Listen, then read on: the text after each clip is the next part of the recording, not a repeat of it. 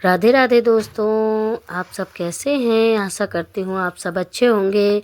आज हम इस कथा में श्री अनिरुद्धाचार्य महाराज जी के श्री मुख से सुनेंगे कि मृत्यु के बाद आत्मा और शरीर कहाँ जाता है। तो चलिए इस अनमोल कथा को श्रवण करते हैं। जय श्री राधे। स्वर्ग नरक जाता कौन है? शरीर, आत्मा या कोई और? कौन जाता है? और स्वर्ग नरक में सुख दुख कौन भोगता है? शरीर की, आत्मा या कोई और? जोर से। आत्मा। आत्मा के बारे में गीता में लिखा है कि आत्मा सुख दुख से परे है। आत्मा कोई सुख नहीं भोगती, कोई दुख नहीं भोगती। नैनम छिंदंती शस्त्राणी नैनम दहती पावका। क्यों भैया? ये चश्मा वाले भैया से पूछो। भैया ये स्वर्ग नरक कौन जाता है? शरीर, आत्मा या कोई तीसरा? हाँ, अत्रैव स्वर्ग अत्रैव नरक, यही स्वर्ग नरक है। हाँ, ये भैया कह रहे हैं स्वर्ग नरक नहीं होता, यही स्वर्ग है यही नरक है। ऐसे ही कह रहे हो ना? तो ऊपर वाले स्वर्ग नरक को नहीं मानते आप? हाँ, इनकी बात पूरी सत्य तो नहीं है, पर कुछ कुछ सत्य बोल रहे हैं। सत्य ये है कि यहां भी एक स्वर्ग नरक है और वहां भी एक स्वर्ग नरक है। जैसे आप छोटा मोटा बीमारी पड़ जाए तो बगल का डॉक्टर ठीक कर देता है, लेकिन आपकी बीमारी बड़ी है तो आपको बड़े डॉक्टर के यहाँ बड़े शहर में रिफर करना पड़ता है। उसी तरह छोटा मोटा पापी है तो यहीं भोग लेता है, इसी नरक में। आप सरकारी हॉस्पिटल चले जाओ और सरकारी हॉस्पिटल के जर्नल वार्ड में जाना, आपको नरक का एक डेमो दिख जाएगा। बोलो हाँ। अब बताइए, लोग चप्पल पहन के घिसट रहे हैं आपसे, भैया जो रोटी खाना जरा 1 रुपए 5 रुपए दे दो भैया। ठंडी पड़ी है, फुटपाथ पर सो रहे हैं, खाने को रोटी नहीं, पहनने को कपड़ा नहीं। क्या है ये? ये भी एक प्रकार का नरक है। और आप लोग बढ़िया महलों में रह रहे हैं, चकाचक 56 भोग खा रहे हैं, पानी भी उठा के नहीं पीना पड़ता, लोग पानी देते हैं, सब काम हो रहा है। मतलब आप स्वर्ग की तरह अनुभव कर रहे हैं। आपके घर में सारी सुख सुविधाएं हैं तो ऐसा लगता है हम स्वर्ग में हैं। तो यहां भी एक स्वर्ग है जो सुविधाओं युक्त है, मतलब वो स्वर्ग में है। और जहां खाने को भी भरपेट भोजन ना मिले, मतलब आप नरक की। बीमार पड़ा है, बिस्तर पर मलमूत्र कर रहा है, क्या है वो? क्यों भैया? सालों से कोई आदमी बिस्तर पर मलमूत्र कर रहा है, क्या है वो? वो नरक है, वो नरक का डेमो है। लेकिन संतोष केवल ये मत कर लेना कि यही है, इसके आगे भी है। अच्छा ये बताओ, बात तो ये है ना कि नरक स्वर्ग भोगेगा कौन? शरीर तो यहीं जल के खत्म आपके सामने। आत्मा सुख दुख भोगती नहीं, गीता में स्पष्ट लिखा है। अब आत्मा सुख दुख नहीं भोगती, शरीर यहीं जल जाता है, तो ये बताओ स्वर्ग नरक का सुख दुख कौन भोगेगा? क्यों भैया चश्मा वाले? स्वर्ग में कौन जाता है? शरीर। शरीर तो जाता नहीं, शरीर तो यहीं सबके सामने जलता है, हम सब इसके गवाह साक्षी हैं। आत्मा स्वर्ग जाएगी तो सुख दुख भोगेगी नहीं, उसे कोई मतलब नहीं है सुख दुख से। अब कौन भोगता है? हाँ हाँ, कौन कौन पड़ोसन? हाँ? कौन भोगता? मेरी मां। कौन? कर्म। अरे कर्म तो कर्म है, उसमें जान थोड़ी है। क्यों? कर्म तो जड़ है ना। कर्म क्या है? जड़ है। कर्म चेतन थोड़ी है। वो चेतन नहीं है तो भोगेगा क्या? भोगने के लिए तो चेतनता चाहिए ना, जड़ता नहीं चाहिए। जड़ समझते हैं ना, जड़ और चेतन दो चीजें होती हैं। जैसे पत्थर जड़ है, पत्थर जड़ है, पत्थर को काहे का सुख दुख होता है?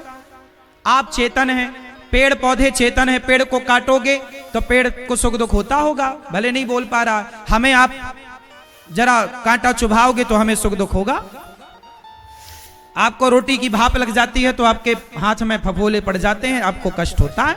आप चेतन हैं, पेड़ जड़ है, पौधे चेतन है। ठीक है? अब सुनो उत्तर। ये बताओ आपके शरीर कितने हैं? ए मैया, आपके शरीर कितने हैं? जोर से। भैया शरीर कितने हैं आपके? जोर से। मैया शरीर कितने हैं आपके? पीछे वाले भैया शरीर कितने हैं आपके? हम सबके पास 3 शरीर होते हैं। हाँ 3। सुनो, इसलिए सत्संग होता है कि जो ना पता हो वो पता होए। हम आपको वही बताएंगे 7 दिन जो आपको नहीं पता है। कोशिश करेंगे कि आपको वो चीजें पता हो जो यथार्थ हैं। सुनो, हमारे शरीर कितने हैं? जोर से। पहले शरीर का नाम है स्थूल, ये बैठा है। कौन सा शरीर है? एक शरीर होता है जिससे आप सपना देखते हो। जब आप सपना देखते हो तो एक शरीर बिस्तर पर सोया होता है और सपने में आप हरिद्वार जाते हो, सपने में आप वृंदावन जाते हो। तो बताओ, जब आप सपने में गए तो शरीर तो वहां भी है ना, सपने में आपकी आंख भी है, पांव भी है, पेट भी, आप हंस भी रहे हैं, सपने में रो भी रहे हैं, भाग भी रहे हैं। तो एक शरीर बिस्तर पर है और एक शरीर स्वप्न को देख रहा है। तो स्वप्न को देखने वाला शरीर कौन है? वही है सूक्ष्म शरीर। कौन सा शरीर है बोलो जोर से मैया। जो स्वप्न को देखने वाला शरीर है उस शरीर का नाम क्या है? सूक्ष्म शरीर। कौन सा शरीर? हाँ, एक तीसरा शरीर होता है जिसे कारण शरीर कहते हैं। कारण मतलब जिस कारण से आप स्त्रियां बनी, जिस कारण से ये पुरुष बने, जिस कारण से ये कुत्ता बना, जिस कारण से ये बिल्ली बनी। मतलब आप कुत्ता नहीं बने, मनुष्य बने, और वो बिल्ली बनी, मनुष्य नहीं बनी। तो कोई तो कारण रहा होगा, तब ना वो कुत्ता बना, तब ना आप स्त्री बनी, तब ना ये पुरुष बना। क्या बिना कारण के कोई कार्य होता है? उत्तर दो। क्या बिना कारण के कार्य होता है? आप कहीं जा रहे हैं तो जाने का भी कारण होता है। भाई जाने का कारण क्या है? कोई तो आप यहां आए ना, यहां आए तो कारण था, कथा सुनने जा रहे हैं। क्यों मेरी मां? तो वो है कारण शरीर। किस कारण में मनुष्य बना, किस कारण आप मनुष्य बने, किसी कारण बने। वो कारण हमें नहीं पता, ईश्वर को पता, पर है कारण। क्यों जी, बात सही है कि गलत है? तो एक शरीर कारण शरीर है, एक शरीर स्थूल शरीर है जो बैठा है, और तीसरा शरीर कौन सा है? जोर से। जिससे आप सपना देखते हो। स्वप्न का दृष्टा कौन है? जोर से बोलो मेरी मां। स्वप्न का दृष्टा कौन? सूक्ष्म शरीर। अब सुनो, जब आप मरते हो ना तो चिता पे शरीर जल जाता है। सूक्ष्म शरीर जो है, सूक्ष्म शरीर कितनी चीजों से मिलकर बना है? अब वो सुनो, सूक्ष्म शरीर कितनी चीजों से मिलकर बना है? तो सुनो, 4 चीजों से मिलकर सूक्ष्म शरीर बनता है। अच्छा, आपका ये शरीर कितने तत्वों से मिलकर बना है? स्थूल 5 कौन कौन से गिनाओ जरा? पृथ्वी, जल, वायु, अग्नि, आकाश। 5 चीजों से यह शरीर बनता है जो यहीं जल जाता है। 4 चीजों से सूक्ष्म शरीर बनता है। 4 चीजों कौन सी हैं? बोलो मन, बोलो मन, बुद्धि, चित्त, अहंकार। इन चारों के जिसे अंतःकरण चतुष्टय कहते हैं। क्या बोलते हैं? अंतःकरण चतुष्टय। तो ये मन, बुद्धि, चित्त, अहंकार, इन चारों के समूह को सूक्ष्म शरीर कहते हैं। जब आप सोते हो ना तो आपका शरीर सोता है पर मन नहीं सोता। मन ही तो गया था हरिद्वार, मन ही तो गंगा नहा के आ गया। जिससे आप कहते हैं आज मैंने सपने में देखा कि मैं हरिद्वार गया, आज मैंने सपना देखा कि मैं वृंदावन गया। तो सपने में गए, कौन गया? मन गया। मन के संग बुद्धि गई, चित्त गया और अहंकार गया। अहंकार ही आपका बोध करा। अहंकार मतलब देखो 2 प्रकार के अहंकार होते हैं। एक ये वाला अहंकार होता है मैं ये, मैं वो, मैं, जो कि अहंकार गलत है। लेकिन एक अहंकार है जिससे आपको आपका पता चलता है।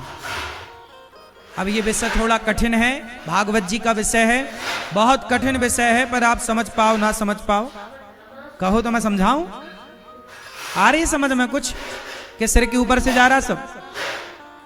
कोशिश मैं करता हूं कि आपको बिल्कुल सरल से सरल भाषा में समझाऊं, ताकि आप बिल्कुल कठिन चीजें हैं पर आप समझ पाए। सुनो, अहंकार एक तो वो वाला होता है मैं ये मैं वो, ये अहंकार रॉन्ग है, गलत। लेकिन एक अहंकार होता है जो गुड अहंकार होता है। कौन सा अहंकार? जैसे आपका नाम क्या है मैया, चश्मा वाली मैया? नीलम। अब ये नीलम इनका नाम है। जरा आपकी आंख कहाँ है, जरा इशारे से बताओ आंख, और कान पे हाथ रखो। ये जो कह रही हैं कि मेरे कान ये, मेरा आंख ये, क्यों? इनके भीतर अहंकार है। कौन सा? गुड वाला अहंकार। वो अहंकार ही तो कह रहा है कि ये नीलम है। यदि वो अहंकार शून्य हो जाए तो ये पागल हो जाएंगी। जो लोग पागल हो जाते हैं उन्हें पूछो कि तुम कौन हो, है। उनके भीतर का अहंकार शून्य हो गया। कौन सा? ये गुड अहंकार।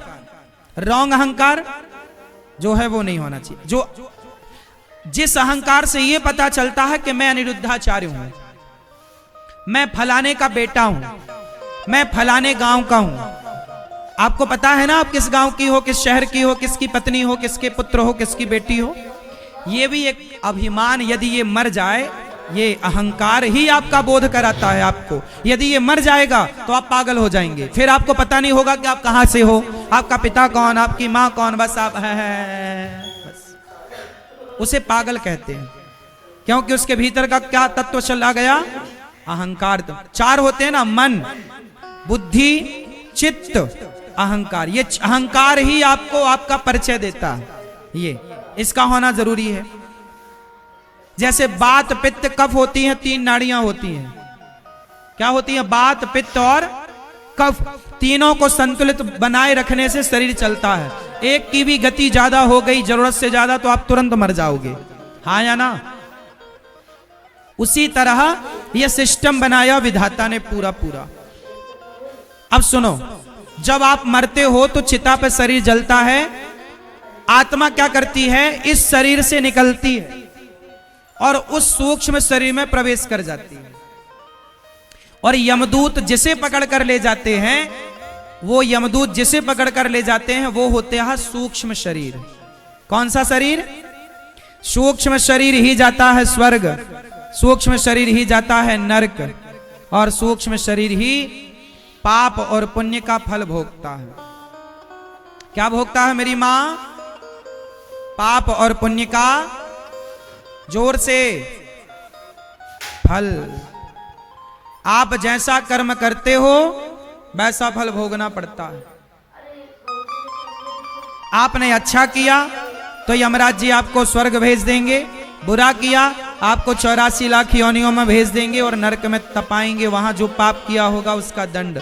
जैसे कपड़ा धोबी घाट में जाके पिटता है धोबी से, वैसे ही आपको धोबी घाट जाएगा नरक में और वहां आपकी खूब पिटाई होगी। जैसे कर्म किए हो वैसा। 28 नरक होते हैं, रौरव, महारौरव, अंध्र, तामिश्र, कालसूत्र, असिपत्रवन, ऐसे कुंभी पाक, ऐसे 28 प्रकार के नरक होते हैं। जो जस करहि सो तस फल चाखा। जो जैसा कर्म करता है। अच्छा ये बताओ, आप लोग स्वर्ग जाओगे कि नरक जाओगे? मतलब आपके पाप ज्यादा हैं कि पुण्य? किस किस के पाप ज्यादा हैं? हाथ उठा के कन्फर्म। किस किस के पाप ज्यादा हैं?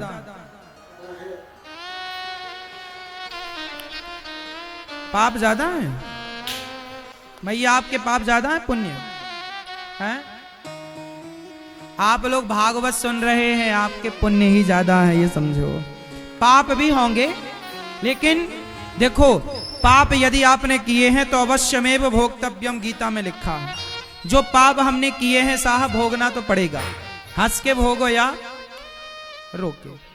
भीष्म पितामह को बाणों की सैया पर लेटना पड़ा। यह भीष्म पितामह के पापों का दंड था।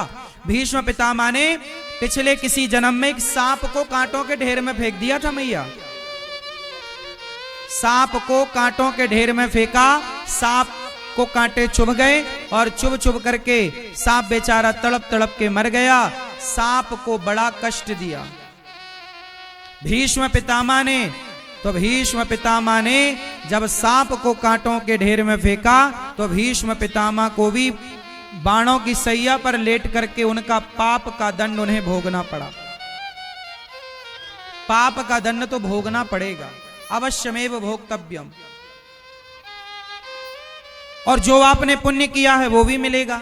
पर सवाल खड़ा हुआ कि हमें भोगना पड़ेगा तो फिर भगवान की भक्ति क्यों करें? हाँ सुनो, जैसे चक्की में दाना तो पिसता है पर कील के पास चला जाए तो नहीं पिसता, उसी तरह आपको भोगना पड़ेगा।